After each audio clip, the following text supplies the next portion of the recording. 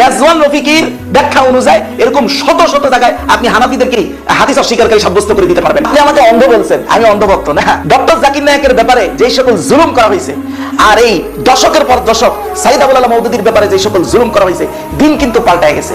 এখন আর আগের মতো মতামত গলা টিপে চাপায়া দেওয়ার দিন শেষ। আপনি যতই অন্ধ বলেন, এই যে শত বছর যে অন্ধ রাখা হয়েছে, এটার পর্দা একটা একটা করে খোলা হবে। আমরা গত আলোচনায় যে বলছিলাম যে 60-70 বছর টোটাল এই জ্ঞানগত সিন্ডিকেট তৈরি করা হয়েছে সাইদ আবুল আলা মওদুদী রাহিমাহুল্লাহর বিরুদ্ধে, তার আংশিক একটা আলোচনা আমরা গতকালকে করেছি। এটা উনি দেখছেন, মাশাআল্লাহ। কেউ কেউ মনে হয় ওনাকে মেনশন করেছে সম্ভবত। তো উনি বলছেন দাজ্জাল সংক্রান্ত বুখারীর হাদিস নাকি আমি অস্বীকার করেছি। প্রিয় রফিক ভাই, দিন কিন্তু পাল্টে গেছে ভাই। এখন ইলমের বিষয় নির্দিষ্ট কি বলবো ভাই, আমাদের সিলসিলায় তো বেশিরভাগই বুজুর্গ আলহামদুলিল্লাহ, কিন্তু পরিচালনা করে সব হলো দালাল। বুজুর্গরা পরিচালিত হয়, পরিচালনা করে দালাল। তো এই নির্দিষ্ট দালাল প্রকৃতির সিন্ডিকেটের গোয়াল ঘরের গরুর উপর এখন আর নির্ভর করতে হয় না।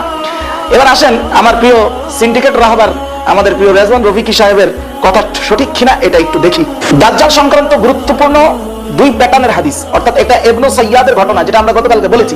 মানে এক ইহুদি বালক ছিল যার কাছ থেকে এমন কিছু অ্যাক্টিভিটিস প্রমাণিত হয়েছে, সাহাবায়ে কেরাম সন্দেহ করে তাকে দাজ্জাল বলেছেন। যেমন ওটা আবার রিপিটলি বলতেছি, তারপরে রেজওয়ান রফিকির কথা যে ভ্রান্ত এটা প্রমাণ করি। দেখেন সহিহ বুখারী 7355, উনি বলছেন আমরা বুখারীর হাদিস অস্বীকার করেছি, এটা একটা বুখারীর হাদিস। আসেন 7355 নম্বর হাদিস, এটা সহিহ মুসলিমও আসছে।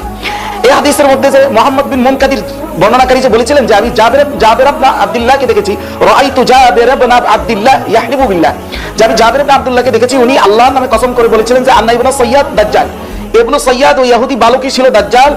এই কথার পরে আমি তাকে বলছি আপনি এত কনফিডেন্সলি বলতেছেন? উনি বলে আরে আমি কসম কেন করতেছি, কারণ হযরতে ওমরকে আমি কসম করতে দেখছি, তাও রাসূলের সামনে। আর ফালাম ইউনকিরুহুন নবী সাল্লাল্লাহু আলাইহি সাল্লাম, রাসূলুল্লাহ তার এই কসমকে অস্বীকার করেন নাই। তাহলে এই হাদিসের বাহ্যিকতা দেখে বোঝা যায় না যে ইবনে সাইয়াদি দাজ্জাল ছিল। এখন এই হাদিসের ব্যাখ্যায় দেখেন আন নেহায়া ফিল ফিতান ওয়াল মালাহিম, এই কিতাব যেটা ইবনে কাসির লিখেছেন 1 নম্বর খণ্ড 108 নং পৃষ্ঠায়, এই হাদিস, এই যে মাত্র যে বুখারীর হাদিসের কথা বললাম, এটার ব্যাখ্যায় তিনি বলেন আল মাকসুদ আন্না ইবনে সাইয়াদ লাইসা বিদাজ্জাল, যে এখানের ইবনে সাইয়াদ যে সে আসলে দাজ্জাল না, এটা উদ্দেশ্য না। এখন হাদিস তো মাত্র দেখলাম, দুইজন সাহাবী কসম করে বললে ইবনে সাইয়াদ দাজ্জাল, কিন্তু ইবনে কাসির ব্যাখ্যা করে বলতেছেন এই হাদিসের অর্থ এটা না। এক পর্যায়ে উনি বলতেছেন এটা সেই দাজ্জাল না আল্লাযী ইয়াখরুজ ফি আখিরিজ জামান ক্বাতআন, নিশ্চিতভাবে যে আখিরি জামানে বের হবে। কোন হাদিসের জাহিরের ক্ষেত্রে, মানে জাহিরি অর্থকে, প্রকাশ্য অর্থকে বাদ দিয়ে যদি কেউ অন্য কোনো ব্যাখ্যা দাঁড় করায়, তাহলে যদি হাদিস অস্বীকারের নামান্তর হয়, তাহলে ইবনে কাসির তো এই জায়গায় হাদিস অস্বীকারী। শুধু ইবনে কাসির না, অধিকাংশ হাদিস বিশারদগণ এই হাদিসের যে জাহিরি অর্থ এটাকে গ্রহণ করেন নাই। ইবনে সাইয়াদ যে দাজ্জাল বলা হয়েছে, আসলে ইবনে সাইয়াদ দাজ্জাল না, এটা জাস্ট একটা শুভা বা সন্দেহ ছিল।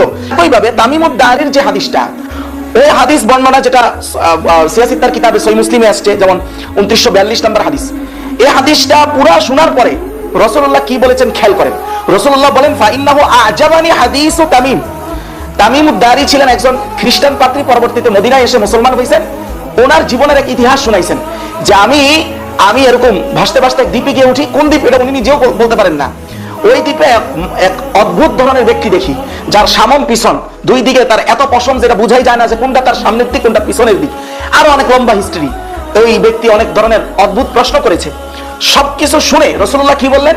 রাসূলুল্লাহ বলেন ফাইনাহু আ'জাবানি, আমাকে আশ্চর্যান্বিত করেছে, আন্নাহু ওয়াফাকাল্লাযী কুনতু উহাদ্দিসুকুম আনহু, আমি দাজ্জাল সম্পর্কে যেই সকল বর্ণনা তোমাদেরকে আগে বলতাম, ওই কথার সাথে তামিমুদ দারির কথা মিলে যাচ্ছে। কথার ধরন খেয়াল করেন। এরপরে রাসূলুল্লাহ বলেছেন যে আলা ওয়া ইন্নাহু ফি বাহরিশ শাম, হ্যাঁ সে শামের সাগরে আছে। এরপরে আবার এটা পরেই বলতেছেন আও বাহরিল ইয়ামান, অথবা সে ইয়ামানের সাগরে আছে। এগুলো বলার পরে রাসূলুল্লাহ এই দুটোটার একটাকে শিওর না করে রাসূলুল্লাহ বলেন না এটা সম্ভব হইতে পারে, তবে না তো শিওর হচ্ছে বাল মিন কিবালিল মাশরিকি মা হুয়া মিন কিবালিল মাশরিকি মা হুয়া মিন কিবালিল মাশরিকি মা হুয়া, যে সে প্রকৃত অর্থে সে মাশরিকের দিক থেকেই বের হবে, মাশরিকের দিক থেকেই বের হবে, মাশরিকের দিক থেকেই বের হবে। এই যে হাদিসের যেই জাহিরি অর্থ, মানে প্রকাশ্য অর্থ, এই অর্থটা দেখে অধিকাংশ হাদিস বিশারদগণ না হলে অধিকাংশ হাদিস বিশারদগণ কিন্তু তামিমুদ দারির হাদিসকে ফাসিল বলেছেন, যে এটা একেবারে চূড়ান্ত। কিন্তু ইমাম নববী বলতেছেন, ইমাম নববী কে? একেবারে হাদিসের জগতে সর্বোচ্চ গ্রহণযোগ্য ব্যক্তি। শরহে সহিহ মুসলিমে বলতেছেন 18 নম্বর খণ্ড 46 নং পৃষ্ঠায় ইমাম নববী বলেন এই দুই ধরনের ঘটনা সামনে রাখার পর উনি বলেন জাহিরুল আহাদিস, জমা কিন্তু আহাদিস মানে হলো দাজ্জাল সংক্রান্ত যতগুলো হাদিস আছে, মানে এই ইবনে সাইয়াদেরও হাদিস, তামিমুদ দারির হাদিস, সবগুলো হাদিসের বাহ্যিক দেখে ইমাম নববীর ব্যাখ্যা হলো, ওনার কাছে এটা মনে হয় যে আন্না নবী সাল্লাল্লাহু আলাইহি ওয়াসাল্লাম লাম ইউহা ইলাইহি বিআন্নাহুল মাসিহুদ দাজ্জাল ওয়া গায়রা, যে রাসূলুল্লাহর কাছে এমন কোন নির্দিষ্ট ওহী আসে নাই যে এই ব্যাপারে যে এই ইবনে সাইয়াদ বা অন্য কেউ, যেমন ইমাম তামিমুদ দারি বলছেন যে যাকে দেখছে রাসূলুল্লাহ তাকেও বলেছেন, যেভাবে ইবনে সাইয়াদের ক্ষেত্রে রাসূল চুপ ছিলেন, হতেও পারে দাজ্জাল। আবার তামিমুদ দারির ক্ষেত্রে বলেছেন আমার বর্ণনার সাথে তোমার ঘটনা মিলে যায়। এই সব দেখে ইমাম নববী বলেছেন যে এর দ্বারা এটাই বোঝা যায় যে রাসূল এটা ওহীর ভিত্তিতে না, এটা ওহী আসে নাই, রাসূল সম্ভাবনার ভিত্তিতে বলেছেন। কিন্তু ওয়া ইন্নামা উহিয়া ইলাইহি বিসিফাতিদ দাজ্জাল, রাসূলের কাছে নির্দিষ্টভাবে দাজ্জালের গুণাবলী, দাজ্জাল কি কি করবে এগুলোর নির্দিষ্টভাবে ওহী আসছে। এখন দেখেন ইমাম নববী যেই ব্যাখ্যা করলেন যে হাদিসের বাহ্যিক দেখে এটাই মনে হয় রাসূল দাজ্জাল কে হবে, কোথায় আছে, কোথায় থেকে বের হবে। কোন জায়গায় রাসূলুল্লাহ বলছেন খোরাসান থেকে বের হবে, কোন হাদিসে রাসূলুল্লাহ কখনো বলেছেন ইরাক থেকে, শাম থেকে, বিভিন্ন জায়গার কথা, ইসফাহান থেকে বের হবে। ইসফাহান কোথায়? ইসফাহান ইরানে, ইসফাহানের হাদিস আছে। ইসফাহান থেকে বের হবে 70,000 ইহুদি দাজ্জালের সর্বপ্রথম অনুসরণ করবে। ইসফাহানের জায়গাটা হলো ইরানের মধ্যে। এখন কোথায় শাম, কোথায় ইয়ামান, কোথায় ইরান? তাহলে এতগুলো জায়গা থেকে তো আসলে দাজ্জাল বের হবে বিষয়টা এটা দাঁড়ায় না। এই জন্য ইমাম নববী এই কথা বলতেছেন যে দাজ্জাল কেমন হবে ওইটা রাসূলের কাছে ওহী আসছিল, কিন্তু দাজ্জাল কে হবে, কোথায় থেকে বের হবে, এগুলো বিভিন্ন ব্যক্তিদের বর্ণনার উপরে রাসূলুল্লাহ বর্ণনা করেছেন। ইমাম নববী রাহিমাহুল্লাহ বলতেছেন দাজ্জাল কে হবে, কোথায় হবে, এই জিনিসগুলো ওহীর মাধ্যমে না, ওহী শুধুমাত্র আসছে সিফাতের ব্যাপারে, গুণাবলীর ব্যাপারে। তাহলে এখন কি তামিমুদ দারির হাদিসের ব্যাপারে ইমাম নববী হাদিস অস্বীকারী সাব্যস্ত হয়েছে? যদি মাওলানা মওদুদী রাহিমাহুল্লাহ হাদিস অস্বীকারী সাব্যস্ত হয়, তাহলে এই হাদিস অস্বীকারী তো সর্বপ্রথম ইমাম নববীকে আপনাকে বানাইতে হবে, কারণ ইমাম নববী যা বলছেন একই কথা আর একটু বিস্তারিত সাইয়্যিদ আবুল আলা মওদুদী রাহিমাহুল্লাহ বলেছেন। এমনকি সাইয়্যিদ আবুল আলা মওদুদী রাহিমাহুল্লাহ সর্বশেষ কথাটা কি বলেছেন, যেটা তামিমুদ দারির হাদিসের শেষ কথা ছিল, ওটাই হলো সাইয়্যিদ আবুল আলা মওদুদী সাহেবের শেষ কথা। আপনি দেখেন তামিমুদ দারির হাদিসের মধ্যে কি বলছে, লাস্ট কথাটা ছিল রাসূলুল্লাহ সে মাশরিকের দিক থেকেই বের হবে, মাশরিকের দিক থেকেই বের হবে, মাশরিকের দিক থেকেই বের হবে। রাসূল শিওর করছেন এটা। সাইয়্যিদ আবুল আলা মওদুদী রাহিমাহুল্লাহ রাসাইল মাসাইলের 38 নং পৃষ্ঠায় উনি বলতেছেন আল্লাহ কোন হাদিসে বলেছেন বাহরে রুম, রুমের সাগর থেকে দাজ্জাল বের হবে, ইয়া বাহরে আরব, অত বলছেন আরব সাগর থেকে, মগর मैं ये ख्याल करता हूं कि वो मशरिक से जाहिर होगा, কিন্তু আমি এই চিন্তা করি যে আমার কাছে এটাই শিওর যে সে মাশরিক থেকে বের হবে। এবং রাসূলুল্লাহ তামিমুদ দারির হাদিসের শেষ অংশ এটাই বলছেন তিনবার যে মাশরিক থেকে বের হবে, মাশরিক থেকে বের হবে, মাশরিক থেকে বের হবে।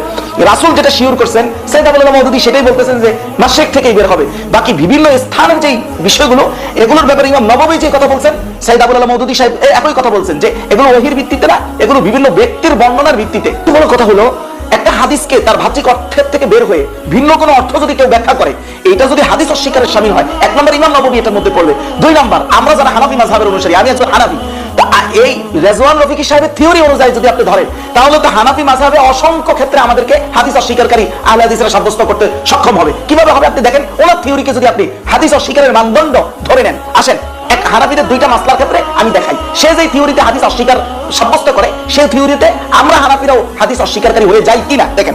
আল মুস্তাদরাক আলা সাহিহাইন এর 2 নম্বর খণ্ড এর 519 নং পৃষ্ঠায়, এবং এই হাদিসটা শুধু মুস্তাদরাক আলা সাহিহাইন এবং সিয়াসিত্তার মধ্যে হাদিস এসেছে, যেমন আবু দাউদের 2083 নম্বর হাদিস।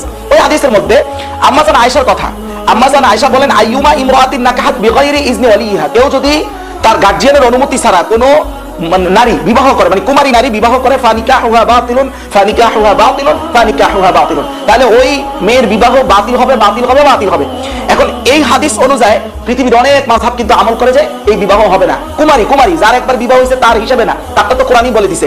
কিন্তু যে কুমারী যার জীবনে এখনো বিবাহ হয়নি, প্রথমবার বিবাহ হইতেছে, তাহলে তার হিসাবে এইটা মাসালা। কিন্তু হানাফি মাযহাব এই ক্ষেত্রে কি মাসালা দেয়? অথচ হানাফি মাযহাব এই হাদিস অনুযায়ী আমল করে না। কি জন্য করে না? হানাফি মাযহাবের ব্যাখ্যা শুনেন। আম্মা জান আয়েশার একটা ঘটনা, কি ঘটনা, যেটা আল ইস্তিসকার আল জামি আল মাযাহিব ফুকাহা আল আমসার এই কিতাবের 17 নম্বর খণ্ড 71 নং পৃষ্ঠায় আসছে যে আম্মা জান আয়েশাই নাকি ওয়াজাত হাফসা বিনত আব্দুর রহমান, হাফসা বিনতে আব্দুর রহমানকে তিনি বিবাহ দিবেন, তার সাথে আল মুনজির ইবনে আযুবাইর, মুনজির ইবনে যুবাইরের সাথে বিবাহ দিবেন। কোন সময় বিবাহ দিবেন? ও আব্দুর রহমান গায়বুন বিশাম, যখন হাফসার বাবা আব্দুর রহমান গার্জিয়ান সে শামে আছে, মানে উপস্থিত নাই, ওনার অনুপস্থিতিতে বিবাহ দেওয়া হয়েছে।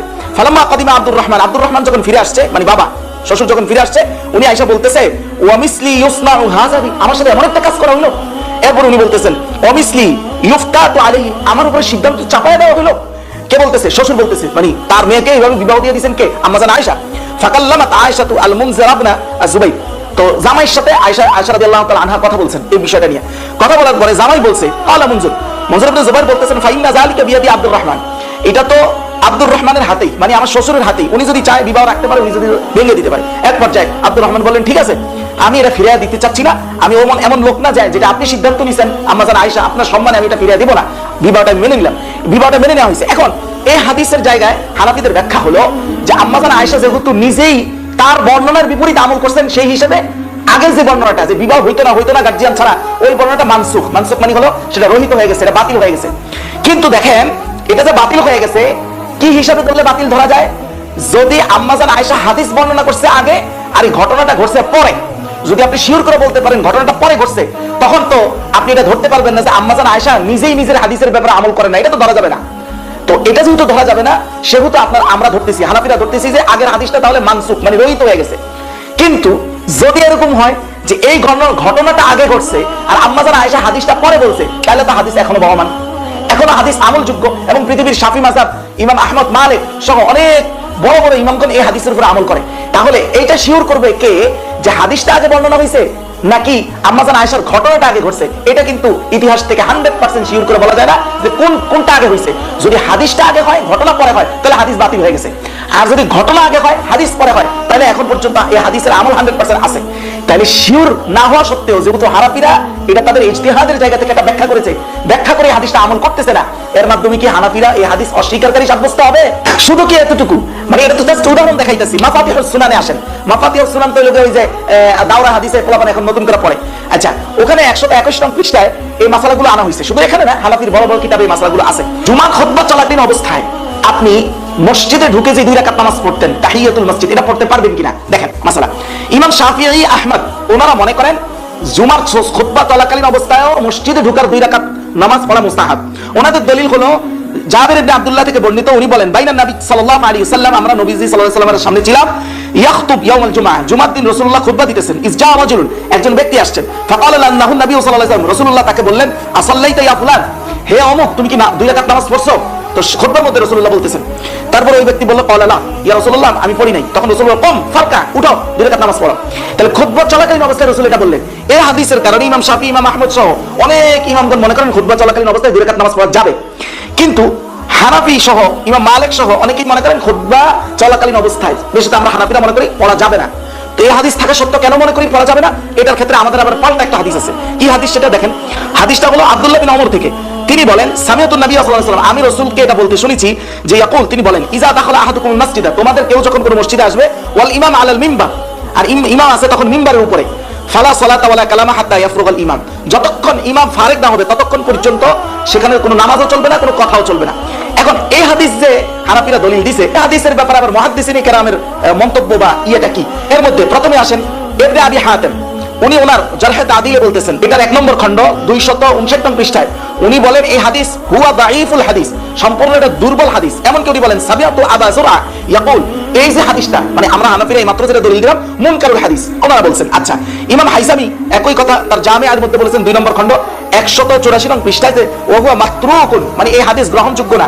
আচ্ছা, এই হাদিস যদি গ্রহণযোগ্য না হয়, তাহলে এখন পর্যন্ত ওই খুতবা চলাকালীন অবস্থায় হাদিস যেটা বলছে নামাজ পড়া যাবে, এটা এখনো বহাল আছে। এবার আমরা আরেকটা দলিল দিছি, এখন আমরা আরেকটা ব্যাখ্যা করছি হানাফিরা। সেই ব্যাখ্যাটা এরকম যে এই ব্যক্তিটা আন্নাহু কানা মাখসুসান বিযালিকার রাজুল, এই যে হাদিসটা, যে হাদিসে বলা হয়েছে এই ব্যক্তি তুমি পড়ো নাই নামাজ পড়ো, এই হাদিসটা শুধু তার সাথে খাস। কেন বুঝলেন তার সাথে খাস? বলতেছে ফাইনাহু কানা ফাকিরান, সে ছিল একজন ফকির, মানে খুব গরিব মানুষ। ফাআমারাহুন নবী সাল্লাল্লাহু আলাইহি ওয়াসাল্লাম রাকাতাইনি বিল কিয়াম, তাকে 2 রাকাত নামাজ পড়তে রাসূল তখন আদেশ করেছিলেন এই উদ্দেশ্যে, কাইয়ারান নাস হালাতাত তাবাদ্দুল ওয়াল ফাকর, যাতে মানুষ তার এই গরিবানা হালাতটা দেখতে পারে। এটা দেখলে সবাই বসে আছে, উনি একা নামাজ পড়তেছে, সবাই যেন অবস্থা পর্যবেক্ষণ করতে পারে। পর্যবেক্ষণ করলে মানুষ যেন তাকে সদকা দেয়, অর্থাৎ তাকে যেন কিছু সহযোগিতা করে, এই উদ্দেশ্যে নাকি রাসূলুল্লাহ এই হাদিস বলেছেন। এটা তো আমরা হানাফিদের ইজতিহাদ বা ব্যাখ্যা। তো এই ব্যাখ্যা করে যে আমরা এই হাদিসের উপর আমল করতেছি না, মানে খুতবা চলাকালীন অবস্থায় আমরা নামাজ পড়তেছি না, পড়াকে নিষেধ বলতেছি, তার মানে কি আমরা এই হাদিসকে অস্বীকারী সাব্যস্ত হবো?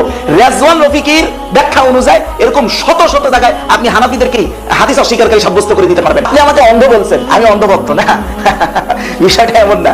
ডক্টর জাকির নায়েকের ব্যাপারে যে সকল জুলুম করা হয়েছে, আর এই দশকের পর দশক সাইদ আবুল আলা মওদুদীর ব্যাপারে যে সকল জুলুম করা হয়েছে, দিন কিন্তু পাল্টায় গেছে।